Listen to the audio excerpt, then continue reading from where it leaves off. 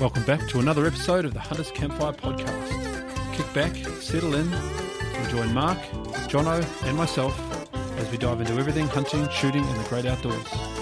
With the support from our good friends at SSAA and Beretta Australia, you're in trusted hands to make the most of your next outdoor adventure. Let's crank it up. Yeah, has been. Howdy. Good evening, gentlemen. We're back. Enjoying the cold? Yeah, I was just saying this podcast is not brought to you by the sun. Well, I actually because think it's dark and it's been so damn cold, it's ridiculous. It's brought to you by Jack Frost. I think that's cool. Yeah, Jack Frost. I reckon it's like the prediction is potentially, I think I saw 35 centimetres for that Nundle. Yeah, up Walker. to 35 centimetres. That's quality snow. It's foot plus. I wonder what that. I have never really hunted in snow. What does that do to your camp? Makes it wet and slushy and horrible. Yeah, but I mean, never camped in the snow. I've hunted in the snow, but never camped. How long does that last for? Is it like depends how cold it is? Yeah, well, if it stays obviously. cold. Well, it's not Rob camp. It's not going to cause permafrost down there in Nundle, for instance. You know, it's not going to turn into Arctic tundra, and you're going to be taken by a polar bear. But I wonder what happens. Does it melt out by sometime during the day, and so it's just this big boggy mess? I think it'll depend on the daytime temperatures and where you are. I think if you're in shade, some of those shady deep gullies, I think will stay pretty cold and stay some snow in there. A nice big open sunny paddock. I've got photos on my trail cam when I left the trail cam down at Nundle Hanging Rock for a year, and the snow came and the snow was visible on the ground for 3 or 4 weeks before it went away. And that was in the bottom of a gully. Because I remember there was a really bad hailstorm in summer, and Milton got hammered, and it was like deep on the footpath, it was like it wasn't like ice, it was ice. Yep. And that actually lasted for like 24 hours in the middle of summer. Right. I've got home from a hunting trip and I've just chucked all the ice out on the driveway to empty the esky out, and that ice has lasted out there. And you put it back in for the next trip. Yeah. Just hose it off and clean all the blood out and put it back in the freezer. Yeah. It's cold. And, there's rumours of snow very close to Toowoomba, where I am, and I don't think it'll snow here, but I don't recall the last time that I wore thermal pants for normal everyday for home use. Getting up in the morning and sticking thermal pants on under my jeans. I've never done that. It's freaking cold. Because that's it. I don't have a lot of experience with hunting in the cold, and I've got the thermals for next week. So yes, and a few large puffy jackets on order that are due. See, this just shows you how inexperienced I am. The thermals that I bought them, they're a bit loose around the waist, and I said I'll talk to my very creative wife, and she said, get it to. And she said, no, you don't know how to wear ties, do you? And I said, yep, I don't. That's true, because I was trying to pull them up like pants, but she reckons you start at the bottom and inch them up, and she's right. That's how you wear them. I didn't know these things. I just thought the biggest challenge with hunting in snow is your boots, your feet.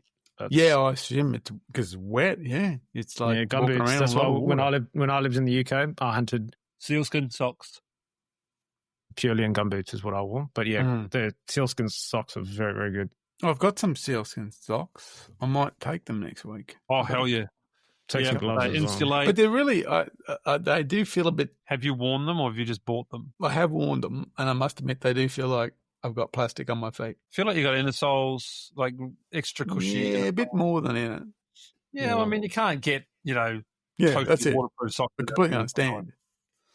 But they do feel a bit odd. Better than having wet feet. Cold. Yes. I struggle with cold feet and cold hands, so I always have good thermals, good socks, and good boots or gumboots or something like that. And gloves. Sealskin gloves with the liners, they're the best. They are the absolute best. They are the best. Really good fitting gloves. If you're listening from Sealskin, more stuff. Thanks. Because if we were going this weekend, it would be really bad because this is when it's really hammering. You wouldn't want to be there this weekend. Right. Looking Even at next weekend's going to be cold. Well, yeah, we're not going to get a suntan next weekend. I think this weekend's the tougher one. So we've managed to miss that. Yes. So looking forward to next weekend and tying into next weekend. We have lots of goodies. We do. That have arrived. We have 3 Perrin 2 minis to give away at the Hellenic Hunters event next Thursday night. I'm assuming that on the drive down, we will figure out what we'll do. These maybe just throw them. Surely it's a door prize or something like that. Well, I think there's going to be like 3 of us going off chasing Samba. 3 maybe teams. This is the thank you. Team's going to get there, and you know. Maybe this is the thank you to each of our guides. Oh, I've got that. You got that. There we go. Yeah, I will figure it out. You've got 12 hours to figure it out. So yeah, it will be very creative because we also have a pair of Steiner LRF binos. Yep. So they're probably going to get raffled to make some. That should be a raffle cash for the club. Reaching over, we also have this kooky little thing from Olite. Like a lantern. Yeah, I don't look. This is like Torch Review Central.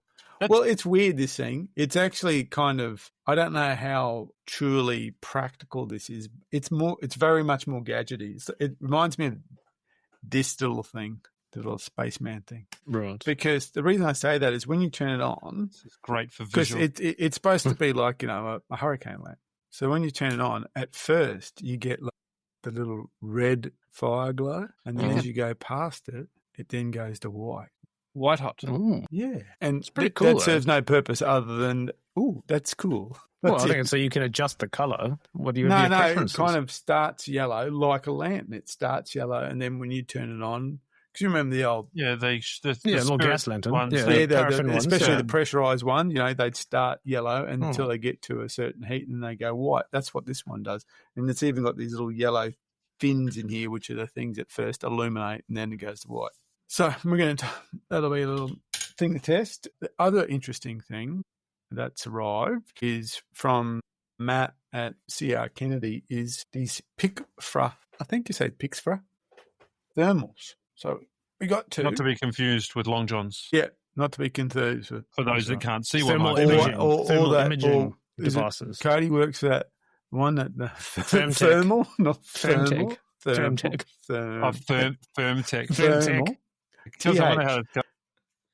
So this is the more top of the line run. This is an LRF, so it's got laser rangefinder in it. Very nice little Samba finder. Therm. So there's the little the laser rangefinder there. I'd assume it's quite a powerful unit. I've only just tested these tonight because they only arrived. You got them both now.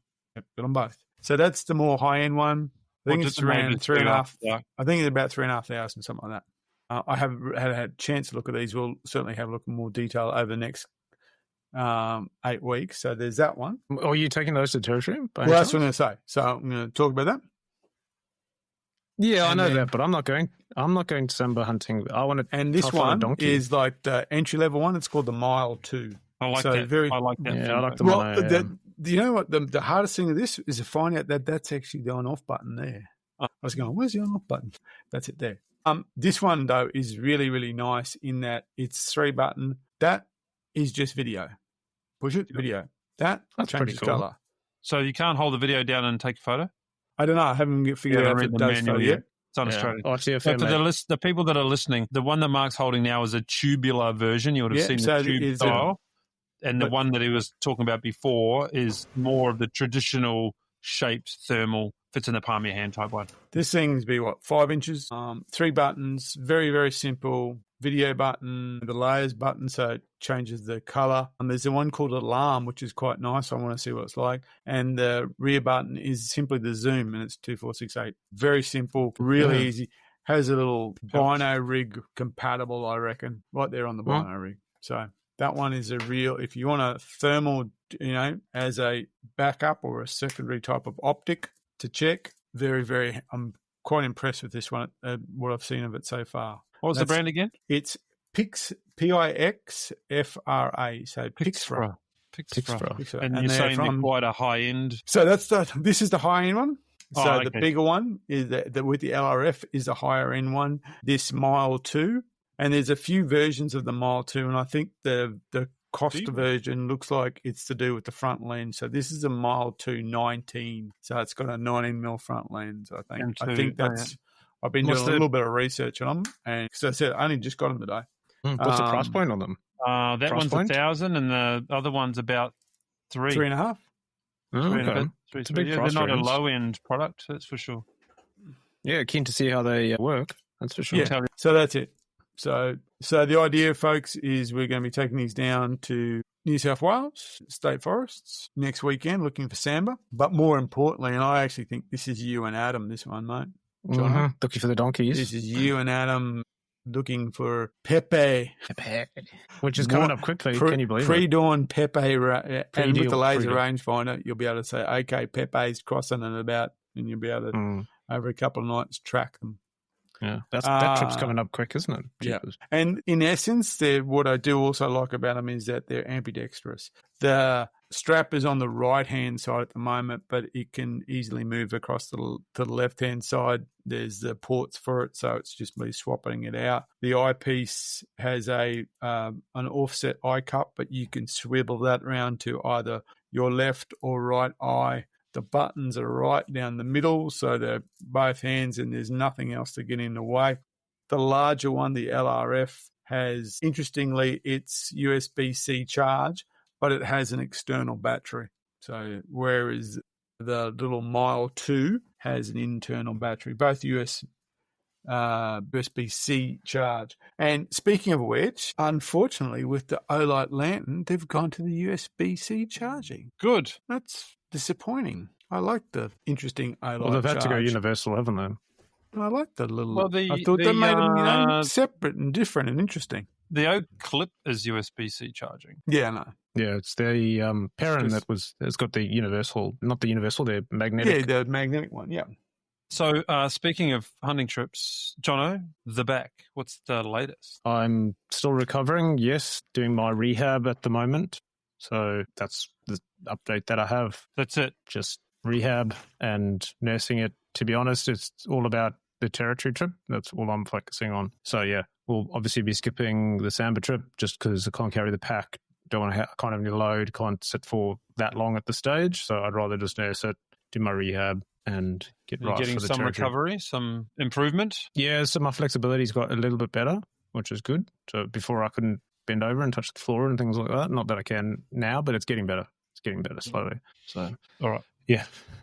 Cool. Well, before we carry on with more subjects, I had a fun interaction the other day. Okay. So I was out to dinner with some friends, and on the way out of the establishment, I was all walking out, and on the way out, there was a fellow walking in with a couple of friends, and he was wearing a Hunter's Campfire t-shirt. And I pointed at him and said, Hunter's Campfire. He goes, yeah. I said, I know a couple of those fellas. He goes, yeah, good one. And he kept going. Anyway, I thought that was pretty funny. And that was all of the interaction. Yeah, he carried on. I carried on. Yeah. A Hunter's Campfire shirt. Where did he get that from? Website. I'd say from our website. Yeah, I know. Still, if you had bought a shirt, you think you would know what you look like. I had a cap on. I don't know. It was dark. It was weird. It made me laugh. It was just similar to the story you had the other day where someone recognised you. Oh, in the butcher, I was not recognisable, apparently. So, anyway. Yeah, I had, as I said, at Tent World, the guy started speaking to me and I comment. And I thought he worked for Tent World, and I thought he was just like, oh, how may I help you? And I went, oh, yeah. So yes. Anyway, I thought that was pretty funny. Okay, moving on. So, what was it? Goat, deer, alpaca, llama. Fallow corn. Saga. And a number of other animals. Lots of expletives.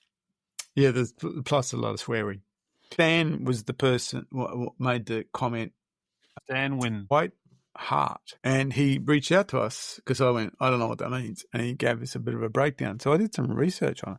The trouble is, I don't think it could have been a white hart because technically a white hart is a white red deer. Yeah, which is absolutely mythical. White red deer. So the heart, or the reference to the word heart, which is H-A-R-T, is an archaic version of stag. The White Hot Pub, you see a lot.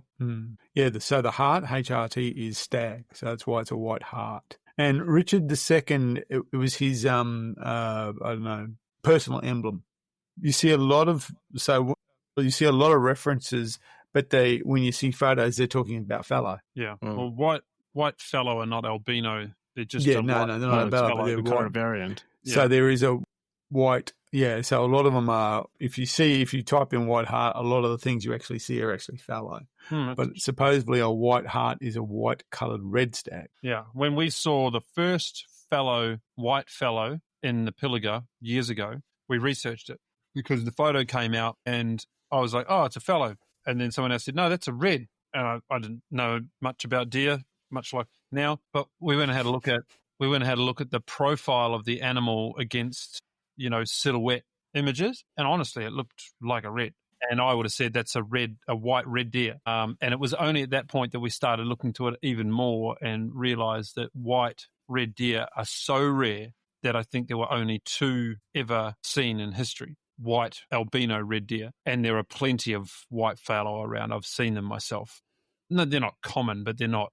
If a white fallow runs in front of me now, I'm not startled by it and thinking, oh, it's white. They're around, whereas red deer, not so much. So I can see why white heart would be a mythical sort of, maybe creature found in the Pilliga, because that's the kind of place. Yeah, well, it is so rare that there was a sighting on my birthday, strangely enough, in 2011, Devon in the UK, and it was like, oh, they've seen one. So yeah, so even in the UK, they are a very rare thing, a white heart. Supposedly, to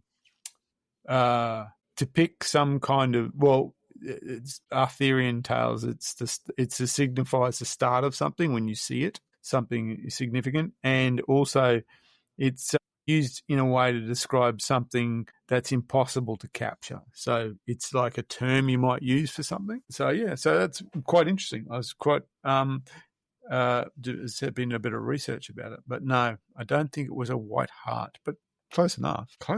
Or could have been a white alpaca or llama even. One of those real mythical fallow corn. So yeah, very interesting stuff. You see lots of thanks, pubs in Dan, the UK for bringing that to our attention.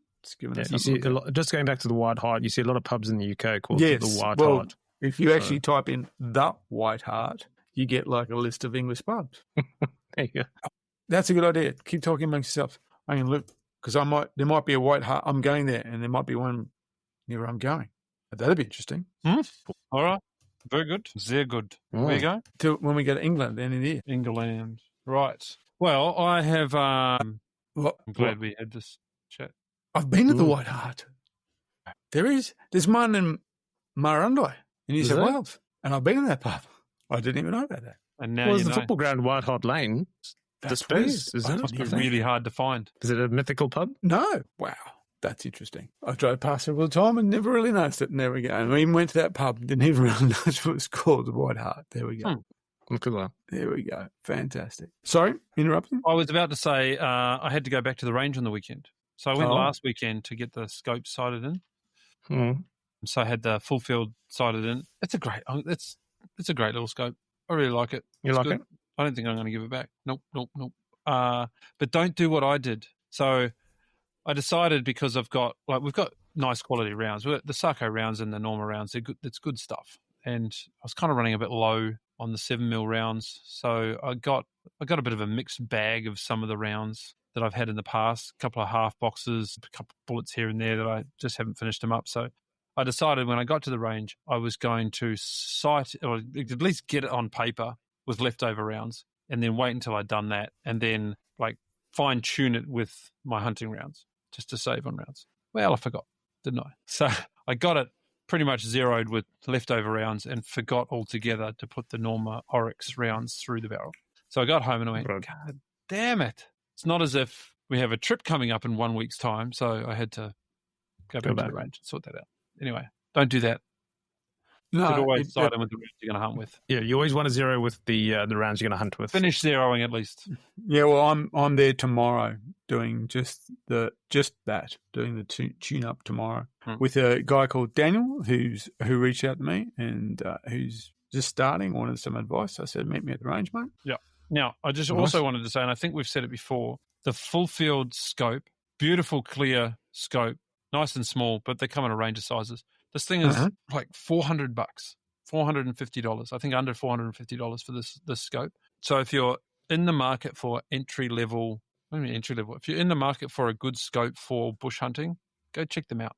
They're really good. Not everything that we're demoing is super expensive. We get quite a bit of stuff come through. Some of it's pretty expensive gear and some of it's mid-range and some of it's cheaper. It's all good stuff. We tend to look at the top end and the bottom end of the ranges of good brands rather than just everything. Burris is proven to have a really good range of product from, the cheaper stuff through to the high ends. There was a comment that came our way a little while ago that it's difficult to keep up with the expensive gear that people showcase all the time.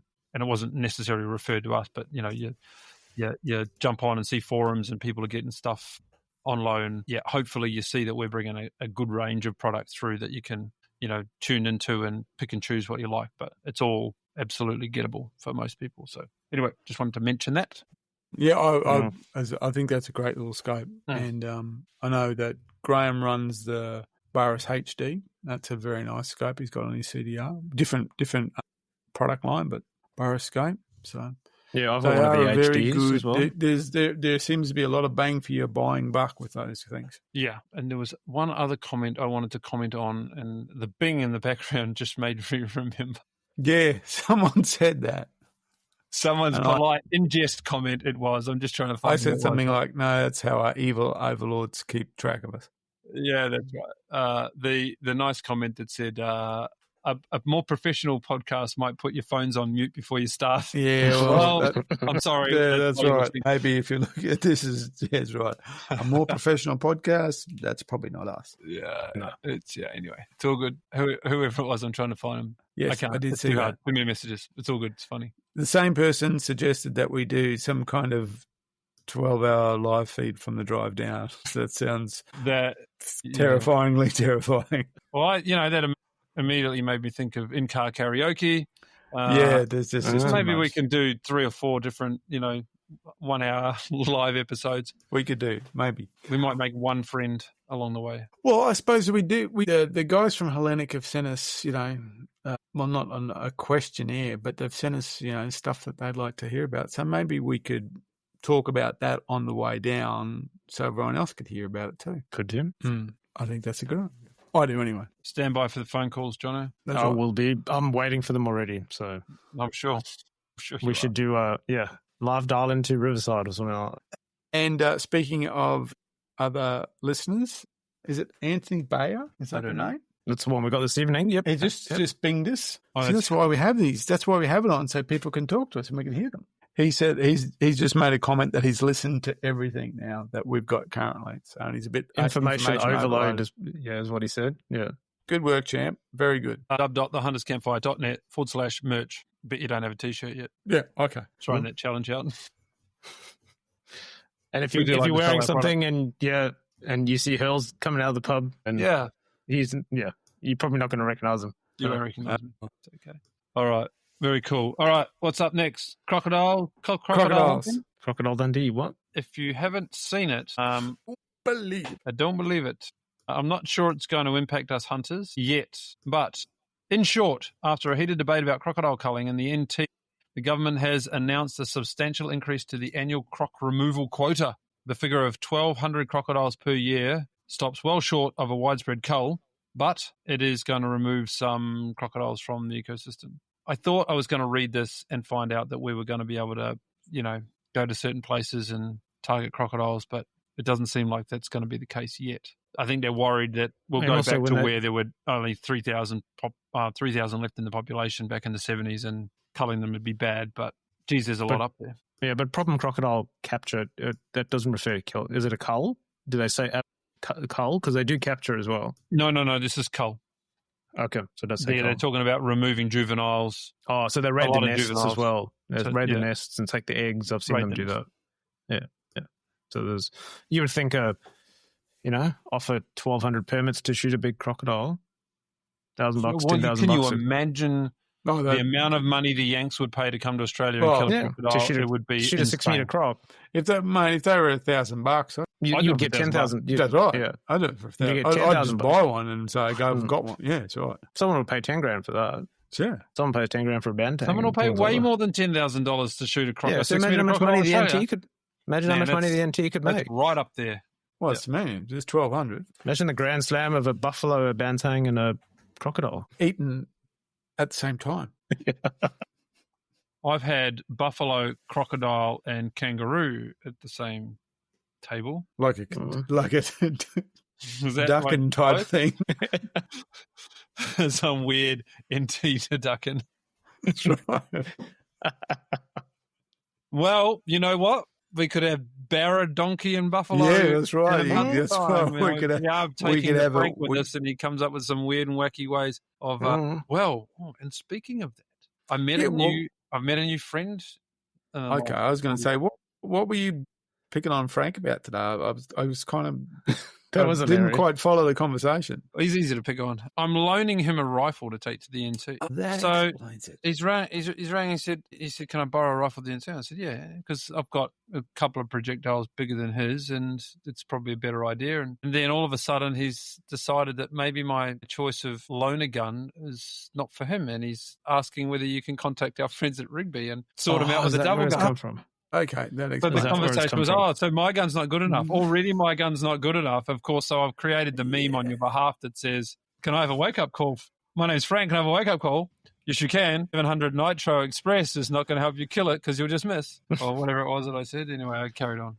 I didn't get the context beforehand, so I had no idea what that was about. So what rifle are you lending, Frank? A 7mm Rem Mag. 7mm Rem Mag. It's no Buffalo gun, but it is probably better than a 308. And the 3006s have done a good job, and it's got similar... Yeah, well, when I compared the three, so if you ran the ballistics on similar size projectiles, it was what we compared, Round and Win Mag, the 3006 and 7mm Rem Mag. The 7mm Rem Mag, in terms of energy and velocity, sat between... The lowest one was the 3006, the highest one was the 300 Win Mag, and the 7mm sat. Yeah. The only thing is the 7mm doesn't have a projectile size much bigger than, I think, the one. I don't even know. I couldn't see anything. I couldn't see anything in the above 170. There was actually some weird ones like 178s and 162s. Yeah, I like the 162s or the 160. Same. Yep. 7s. Yeah. I mean, they punch pretty hard. They'll be fine. It's and these ones are scoped. They're not aim points. Not there's anything wrong with aim points, but they'll be a little bit more precise. Yeah, with shot placement rather than run and gun type hunting, which is probably good. So it'll be fine. Yeah, well, it's no 700 Nitro Express, but So the battery is, we've got two 9.3s, we've got two 375s, and we've got a 3006 and a 7mm. So as long as it, and we hunt in not pairs, as in groups of threes. As long as there's a 375, a 9.3 in with the group, that's a lot of firepower. It'd be fine. And as always, after the first shot, it's open season. The idea is it's Hail Mary. That's right. Put it. You get your first shot, and then we put it down. So yeah, that's a battery. Yeah, and with optics, right optics in the back of the skull, good projectile. Oh yeah, I mean the 7mm, they're known as a flat shooter. You get one, the head's a big enough target. At rest, and the brain, as we've seen, pulling them out is reasonable size in there. Yeah, there's a lot of mush in there.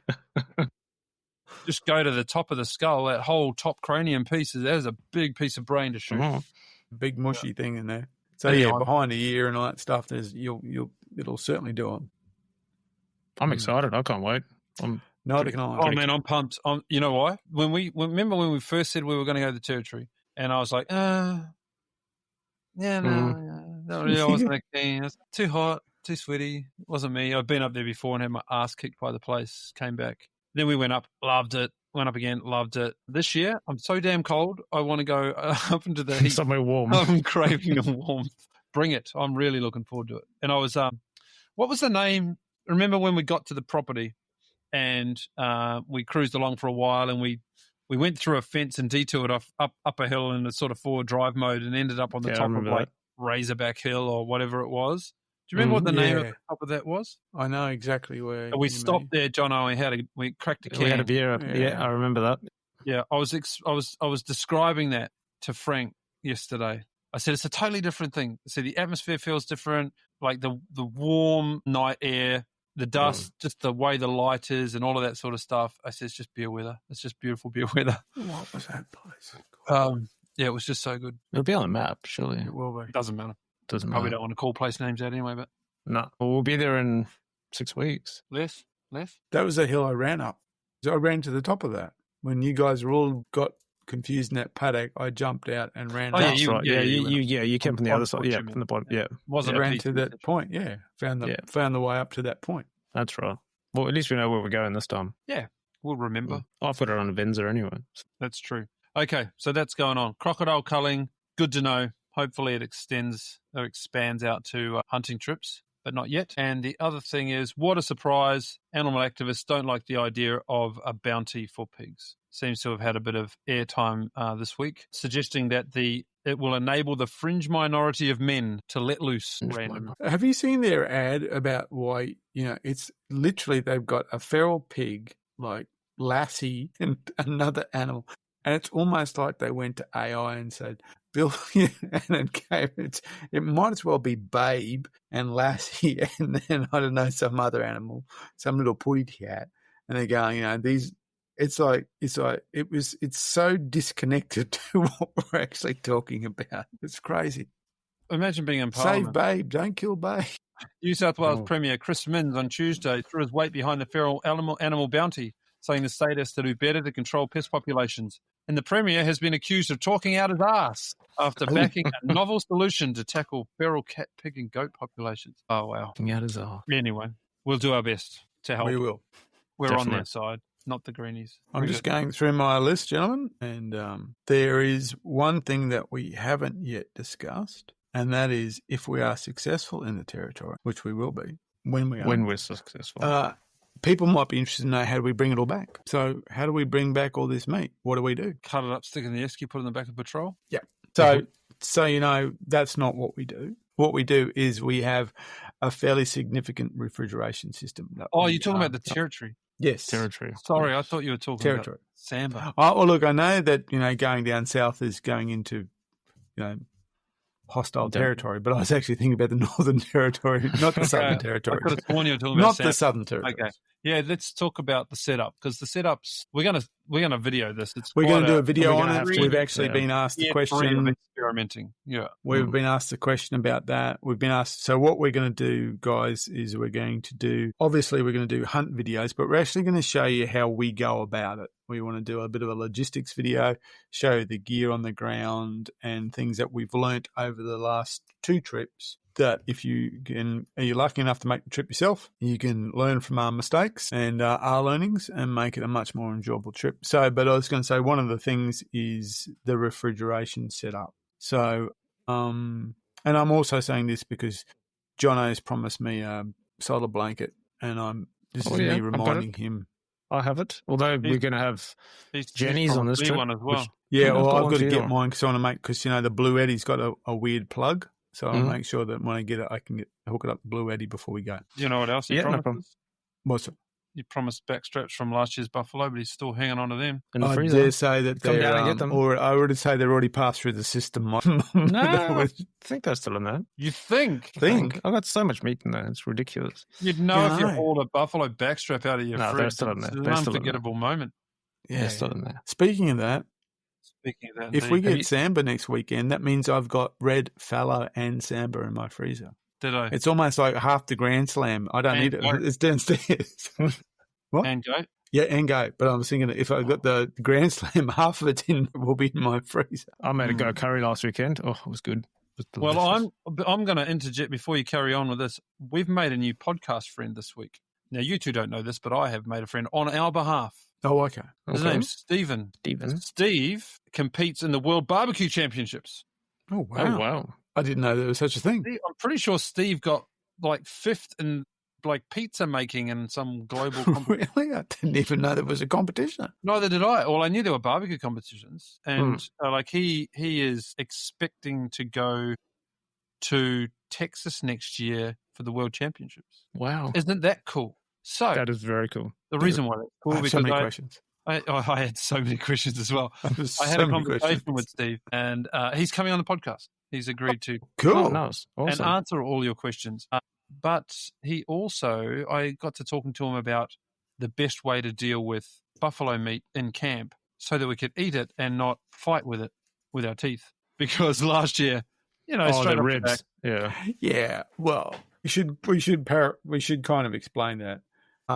Didn't I just Adam brought a reciprocating saw with him to the territory. He forgot to bring the tenderizing.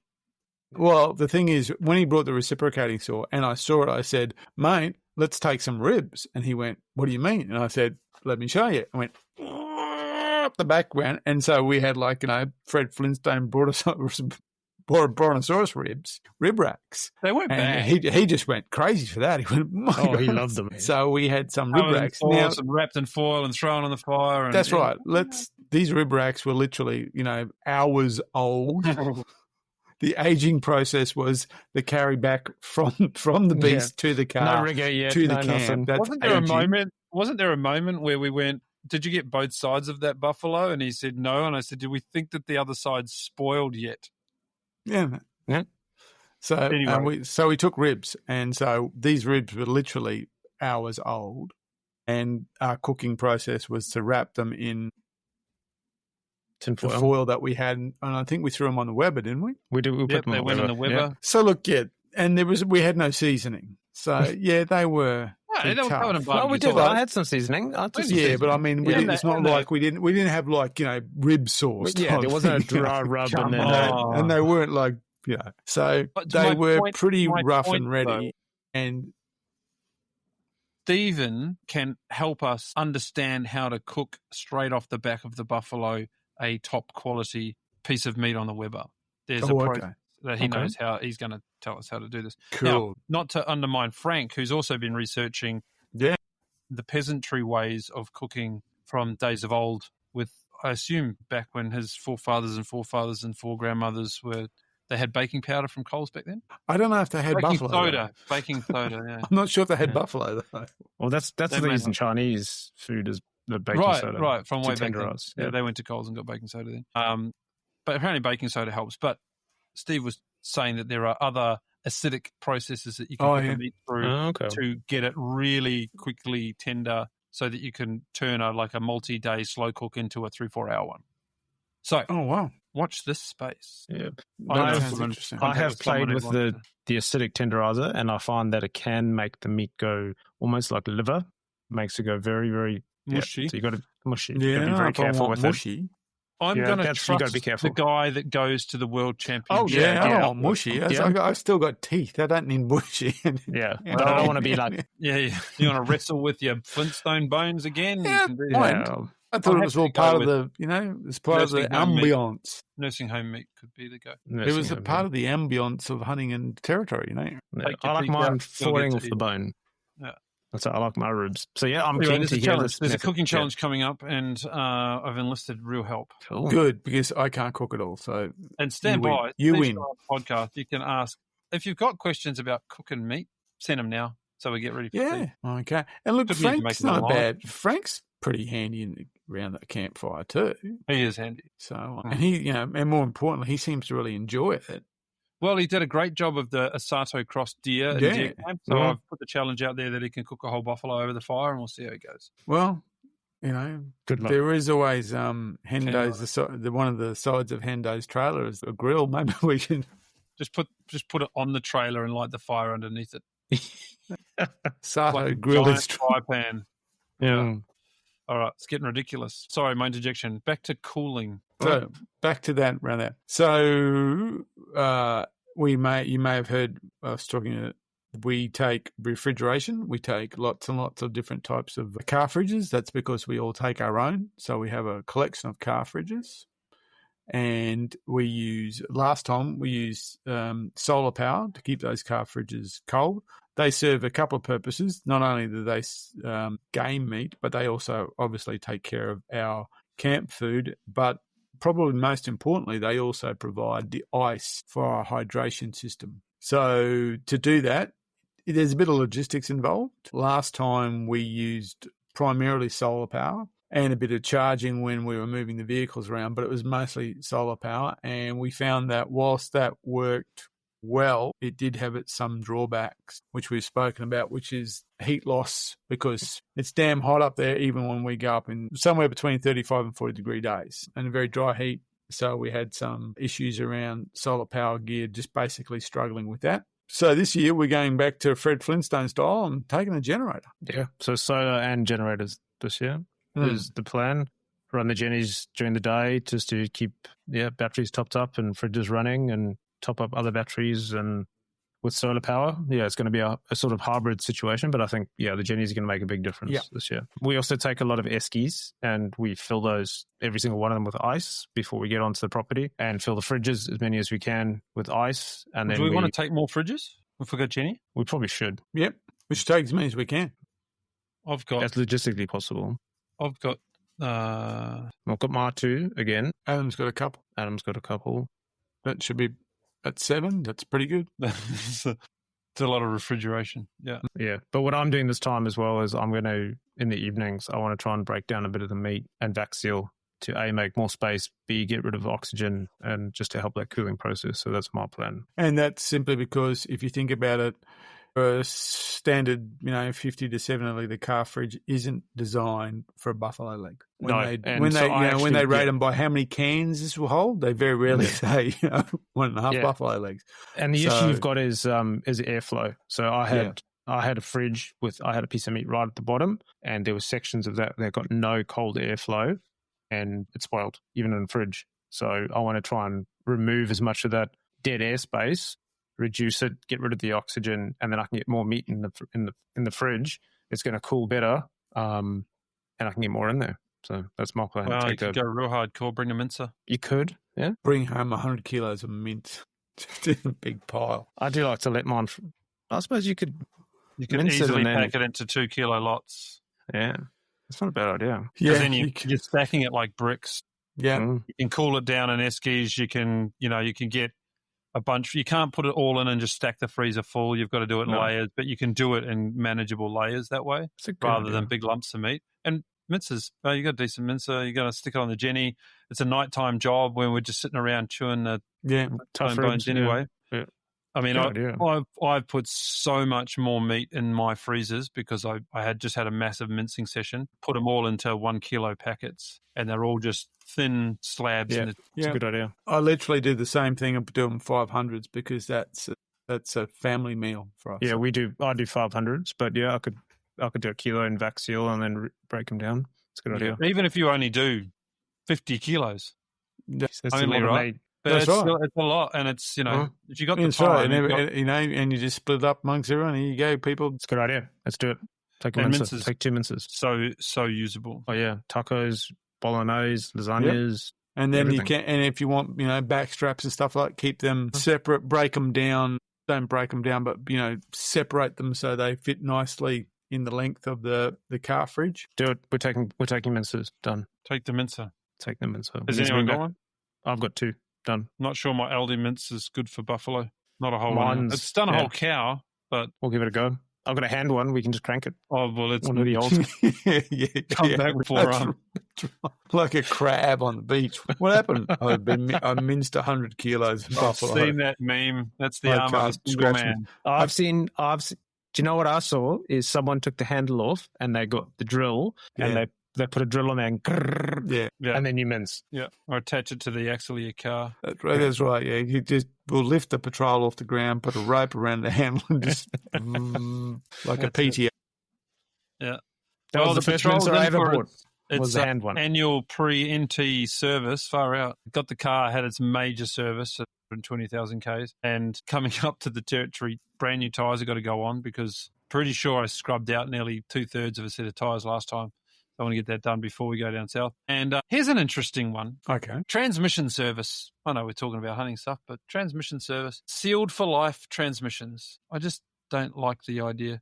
They say under the warranty of Patrol and I think even Toyotas and a whole bunch of other vehicles now, transmissions are sealed for life. And they seem to do it because it keeps the emission numbers down because you don't have to replace all of the components all the time. And it also keeps the service price down. So when you're buying it and you're comparing service pricing, you don't have to include the transmission service. So they say service for life under normal conditions. Except for Australia, we don't have too many normal conditions. Yeah, well, what's normal, isn't it?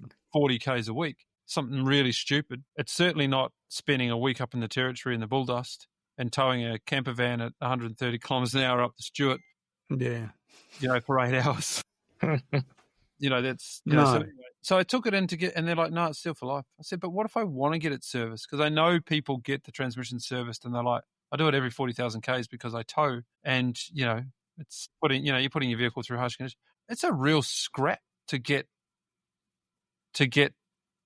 Nissan to bloody service the car. Wow. I had a completely different thing with the D-Max. I started to have a bit of, shifter change. No, not shift issue.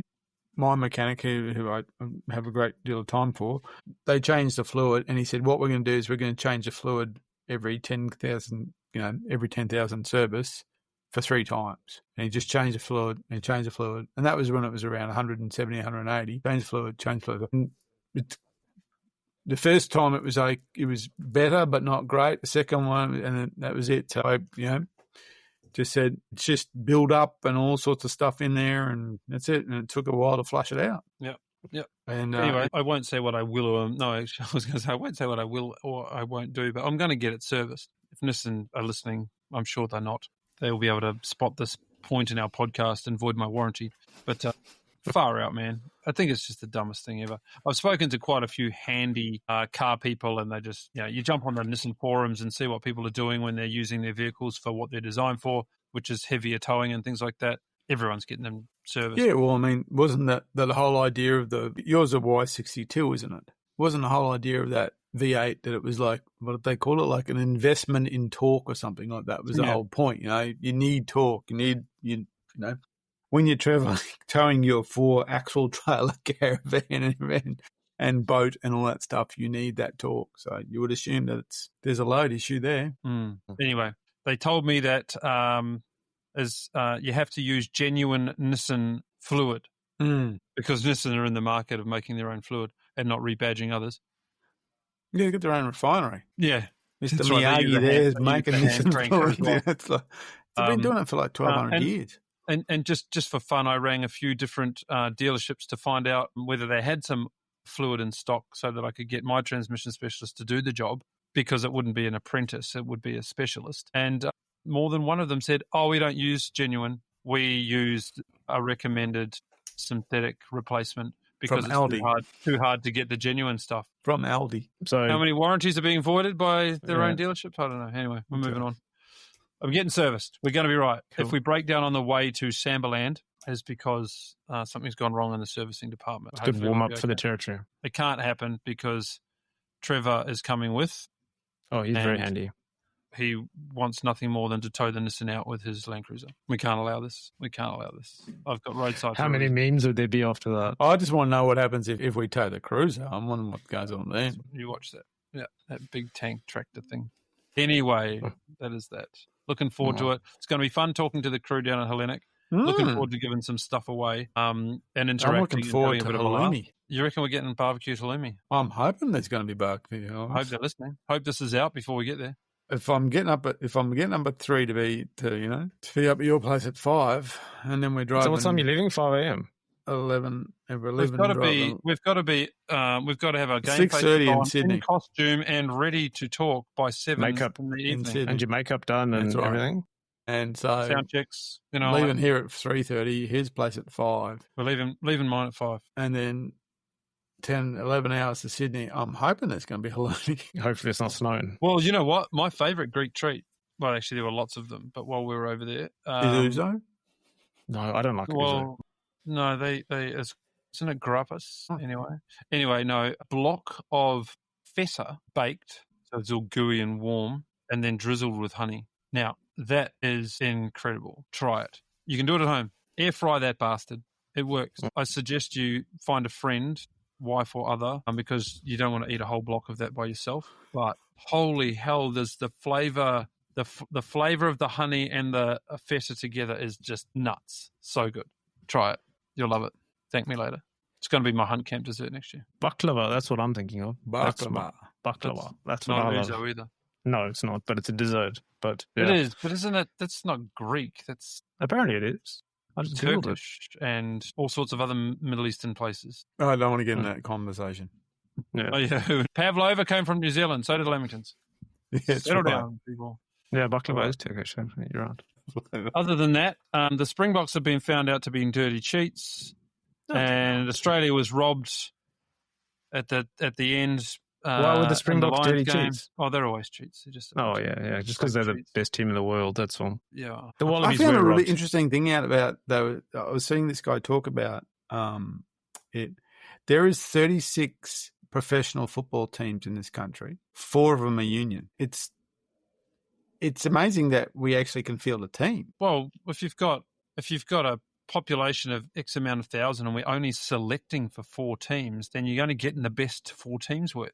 Whereas league is diluted down to a bunch of thugs that want to play. Isn't that how that works? No, I don't think so. Teams. If that made sense, then if that made sense, then you wouldn't want to apply that to a country like New Zealand where they all play. Well, you may have just painted yourself into a very big corner there, mate. Maybe you would. Don't forget, New Zealand outsource a lot of their players to. Big brush you've got there going. Big brush.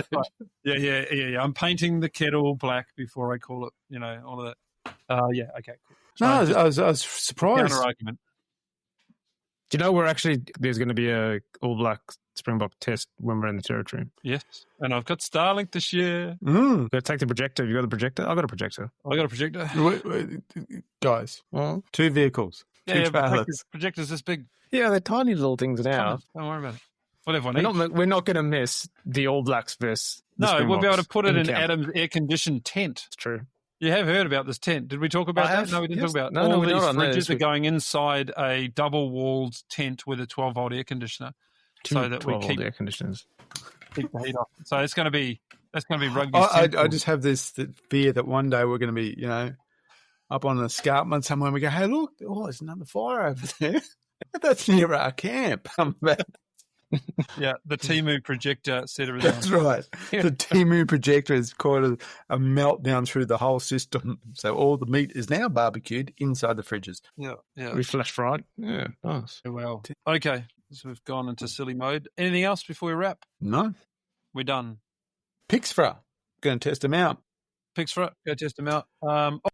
New segment. Since we have a new segment every week. No, well, we introduced a new segment last week, which was write in your best hunt ever. We want to hear about it. Because we haven't aired that episode yet, I haven't got one to read to you because no one knows about it yet. So this is the next episode. I'm advertising it again. Next best hunt ever. We haven't launched it yet. We will launch it in about 4 weeks. So we should get a number of them come through. We want to hear from you. Your best hunt ever. It doesn't have to be the biggest stag, the biggest trophy, just the most memorable one. Put it in some words.